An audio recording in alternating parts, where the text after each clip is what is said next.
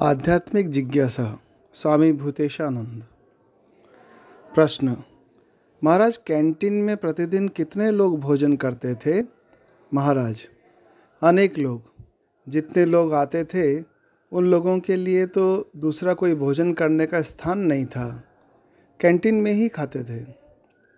Canteen वाला क्या करता था कि हम लोग जो संख्या लिखकर देते थे उसमें हेर फेर करता था। हम लोग 8 लिख कर देते तो कैंटीन के लोग उसके बाएं 1 लिखकर 18 बनाकर जमा करते।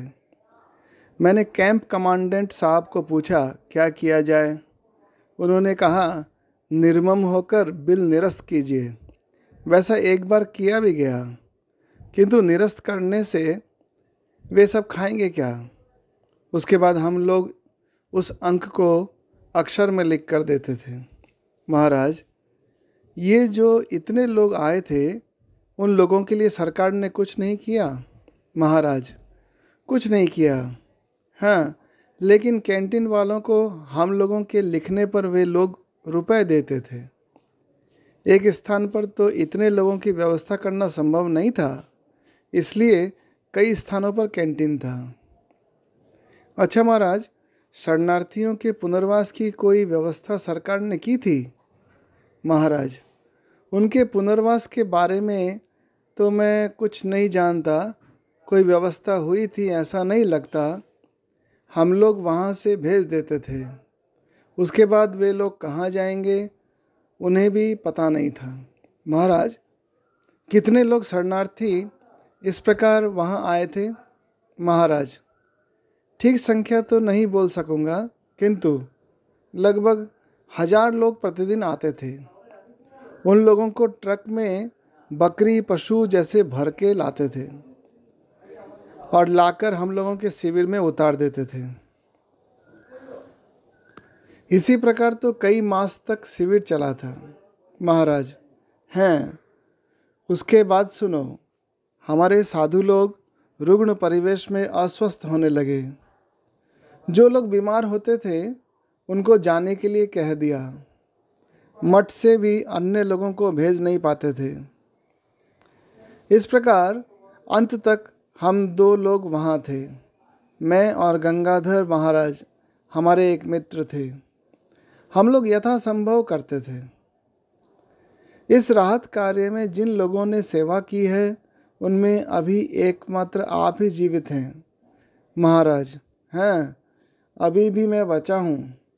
ये गंगाधर महाराज क्या अंत में कामारपुकुर में थे? महाराज: हाँ। मैं एक घटना कहता हूँ।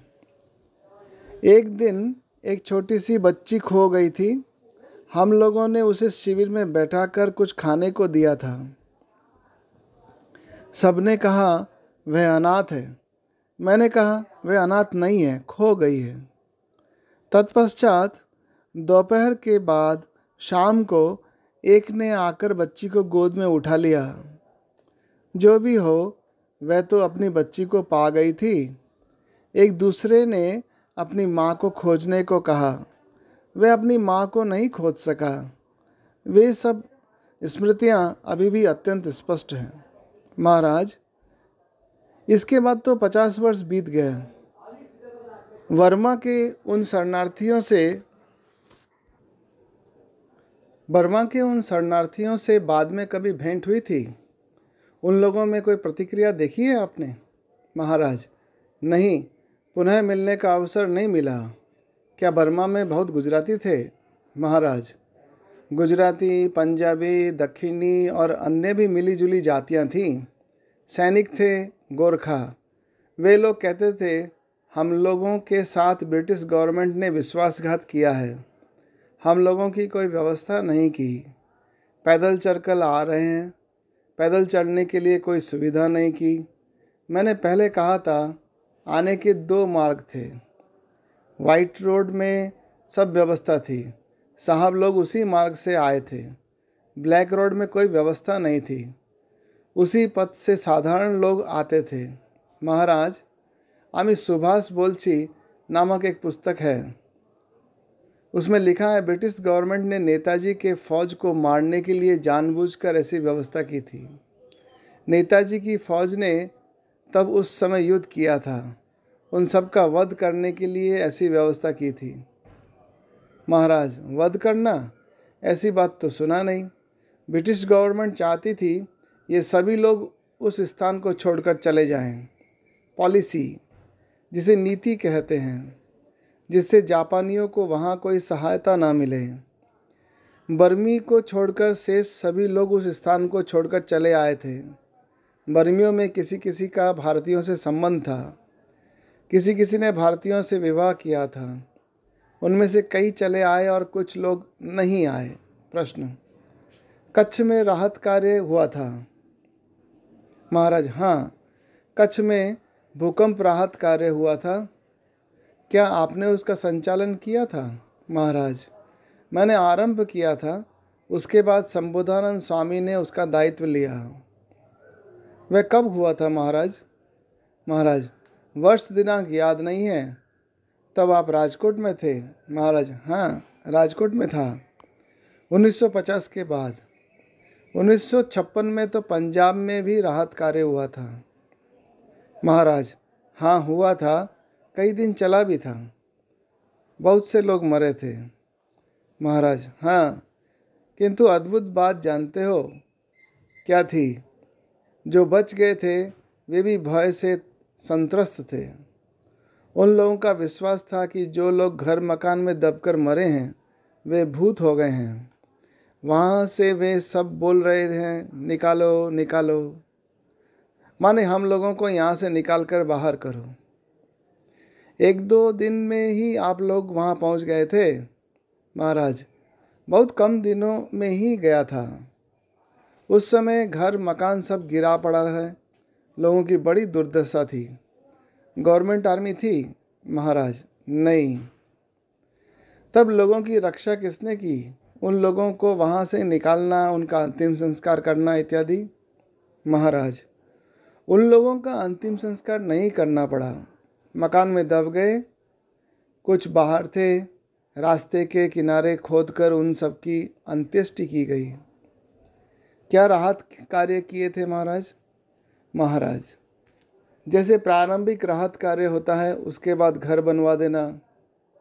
सुना हो रामकृष्ण पल्ली नामक एक ग्राम बनवाया गया था, अभी भी है क्या?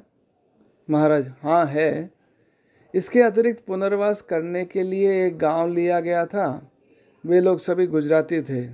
उन लोगों ने कहा, नया गांव में आने पर भी पुराना गांव नहीं छोड़ेंगे। हम लोगों ने कहा, ऐसा नहीं होगा। हम लोगों ने एक गांव बनाकर मार्ग का निर्माण कर उसमें पुनर्वासित करने की योजना बनाई थी, किंतु नहीं हुआ। उन लोगों का घर बना था? महाराज, हाँ, बना था। घर बनाने की सामग्री देकर सहायता करना, घर बनाने में सहायता करना, ये सब किया गया था। कैसा घर महाराज? महाराज, जैसे गुजराती घर होता है, मिट्टी का घर, ऊपर टीन की छत। एक गांव में पत्थर का मकान बनाया था। पंडित जवाहरलाल नेहरू इन मकानों का उद्घाटन करने आए थे? महाराज, हैं, हम लोगों ने एक अस्थायी निवास स्थान बनाया था। एक कमरा, उसमें एक दरवाज़ा और एक खिड़की थी। एक लंबा बैरक के समान था। देखकर उन्होंने कहा, it is not fit for human habitation. मैंने कहा, it is not meant for it that, it's a temporary shelter. उन्होंने सोचा एक एक महल बनाकर दिया जाएगा। उन लोगों की तो इस संबंध में कोई धारणा ही नहीं थी। मकान बनाने का रुपया कहाँ से पाए थे? महाराज, जहाँ से भी पाऊँ। भरा हुआ भंडार हमारा, तुम सबके घर घर में। सरकार ने कुछ नहीं दिया क्या? महाराज, हम लोगों ने मांगा ही नहीं। बेलूर मठ? महाराज, अरे बेलूर मठ में उस समय उतना रुपया कहाँ था। अन्यत्र कहीं सहायता करने की उन लोगों में क्षमता ही नहीं थी। बाद में जब मैं मठ में राहत कार्य देखता था तब प्रत्येक राहत कार्य में मात्र 5,000 रुपये दिए जाते थे।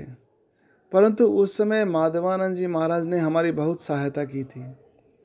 लोग भेजे थे? महाराज, हैं, भेजे थे।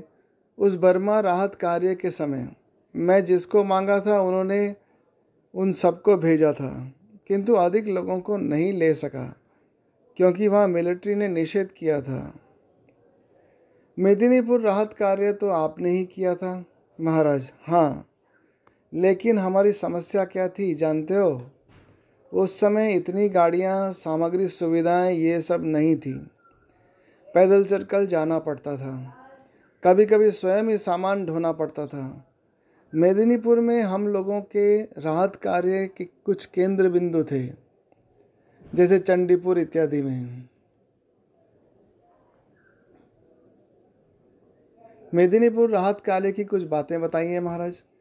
महाराज, हम लोगों के राहत कार्य का आरंभ हुआ मेदिनीपुर में, कांथी में नहीं, चंडीपुर में। उसके बाद बारंबार हुआ है। मेदिनीपुर से हम लोगों के राहत कार्य का श्री गणेश हुआ। क्या आपने चंडीपुर में बाढ़ राहत कार्य किया था? महाराज, मेदिनीपुर में अधिक बाढ़ राहत कार्य ही होता है।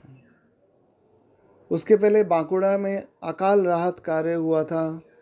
सुरजी महाराज, स्वामी निर्वाणानंद जी का वहीं पहला राहत कार्य हुआ था।